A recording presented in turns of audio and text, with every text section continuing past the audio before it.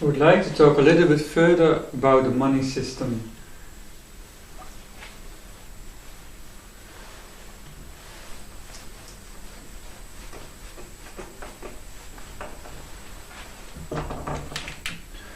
All these systems suggested here are relatively simple as a system.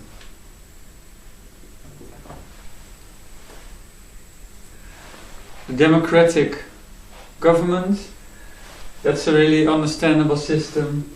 Councils, voter groups,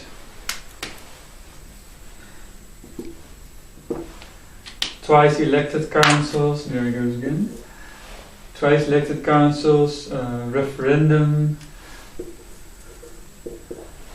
some other systems, separation of power, heads of state, police force, then the democratization of businesses when the starter leaves.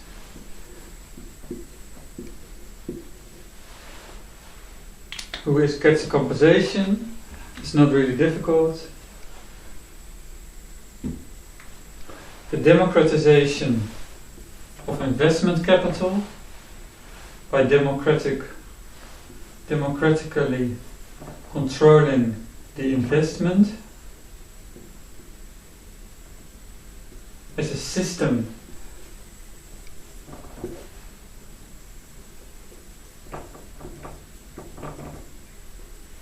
This is not difficult to understand.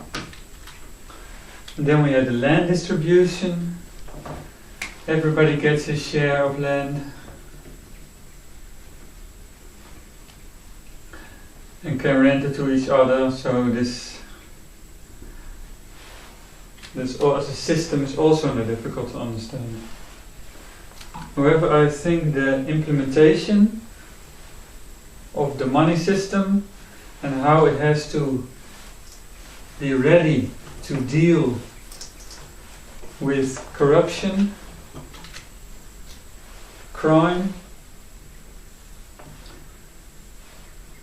and these laws are perhaps the most difficult part of the Constitution, as I proposed.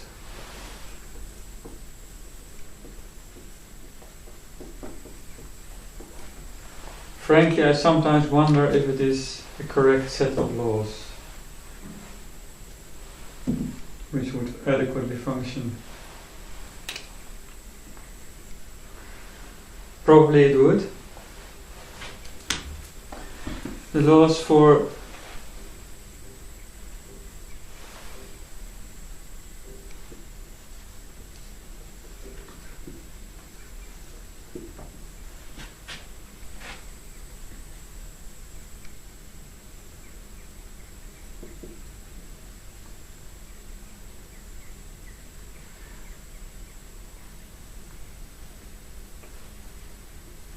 investment,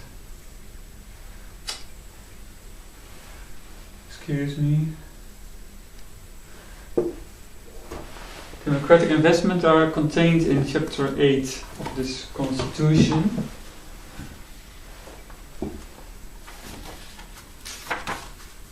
So I want to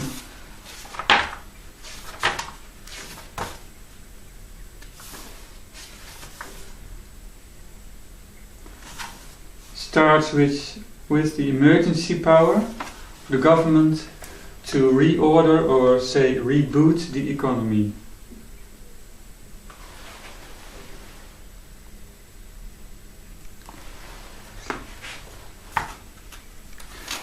The government can then do what needs to be done to re-establish stability .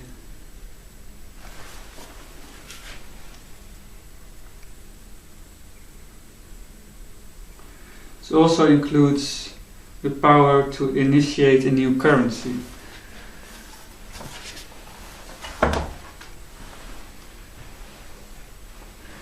One of the problems in the present world, 2010,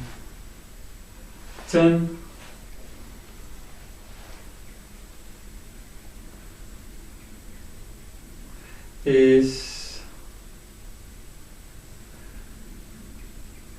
the system is imploding and the plutocracy is racing to Mount Olympus as usual.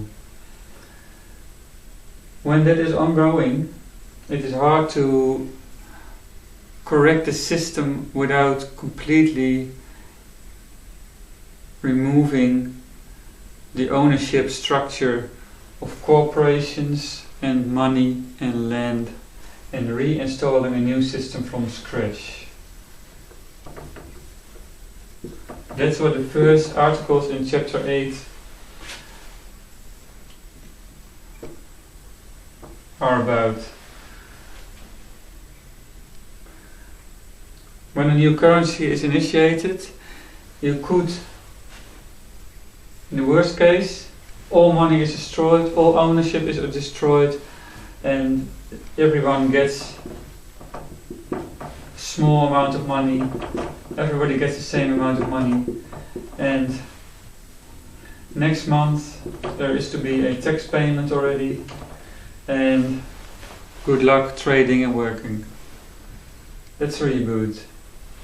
The companies will have to be re-established as to who owns them.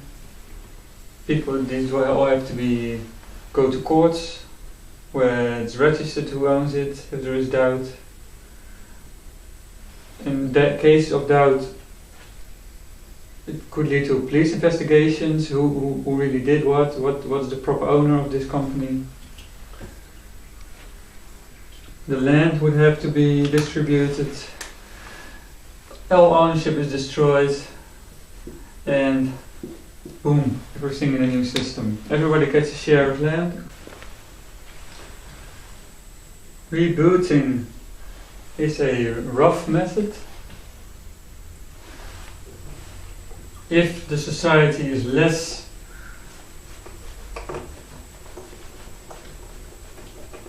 destabilized, you could do a reform. For example, most people have this much money, some have this much money. Then you could say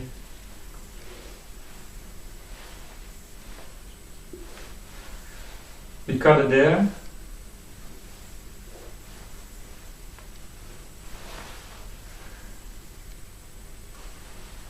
There may be big corporations. You could say we will cut them up.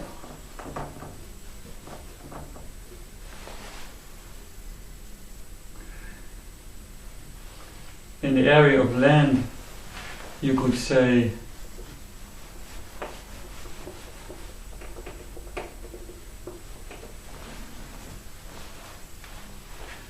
freeze the current ownership structure, no more selling. If you sell, it will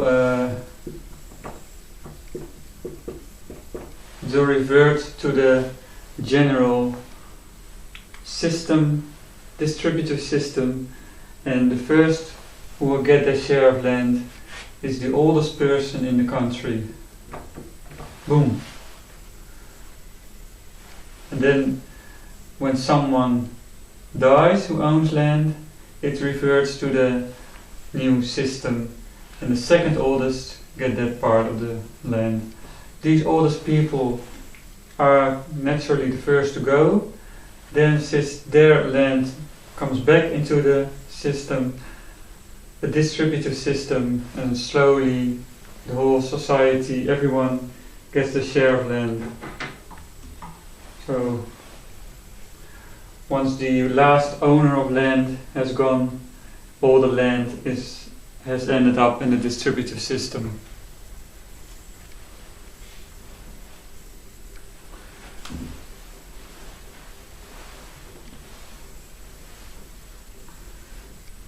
Just to say that it doesn't always have to be this rough reboot, but it is on the books, and it is of course a nice way to threaten future would be plutocratic.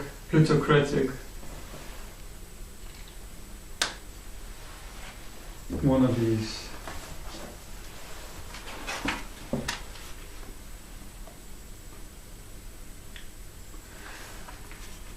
During such an upheaval, the government would assume responsibility for everyone at least surviving, because these turnovers of the economy, rebooting, great restructuring, this can be scary and dangerous.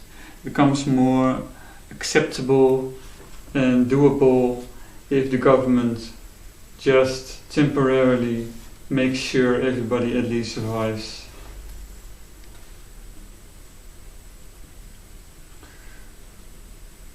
Well, then is the law that the government maintains the monopoly of high finance, which is the really large sums which are now all banking controlled. The government creates the money by spending or by issuing everybody an equal share or whatever the policy may be.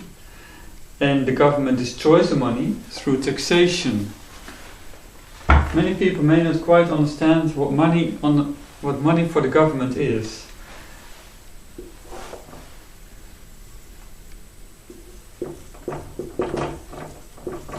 If you get money, you own that. But if the government taxes money, then it only is an entry on some sort of book of the government, which could be made 10 times bigger or 100 or infinitely bigger, or it could all be removed. The money, in principle owned by the government, is only a set of policy accounting tricks, as it were. However, for the lower bureaucracy, that would still be the sum they might have. Some bureau or some fund somewhere, part of the government, or some council somewhere, they do not have the power to create money.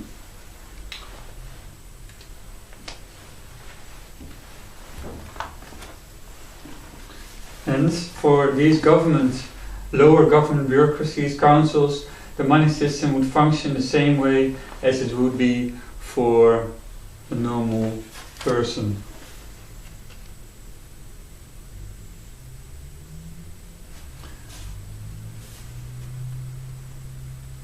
Then there is one principle in the Constitution proposed, which is not really a law, but more of a common sense principle, which is here, which says that money of very poor people is not to be abused heavily. It says the value with respect to government income of a day's wages buying dinner for a poor man or woman is more than the value of a year's wages just buying luxury for a rich man or woman. This is not really a law, but more or less a protection for the very poor as a principle that they can appeal to, part of the Constitution.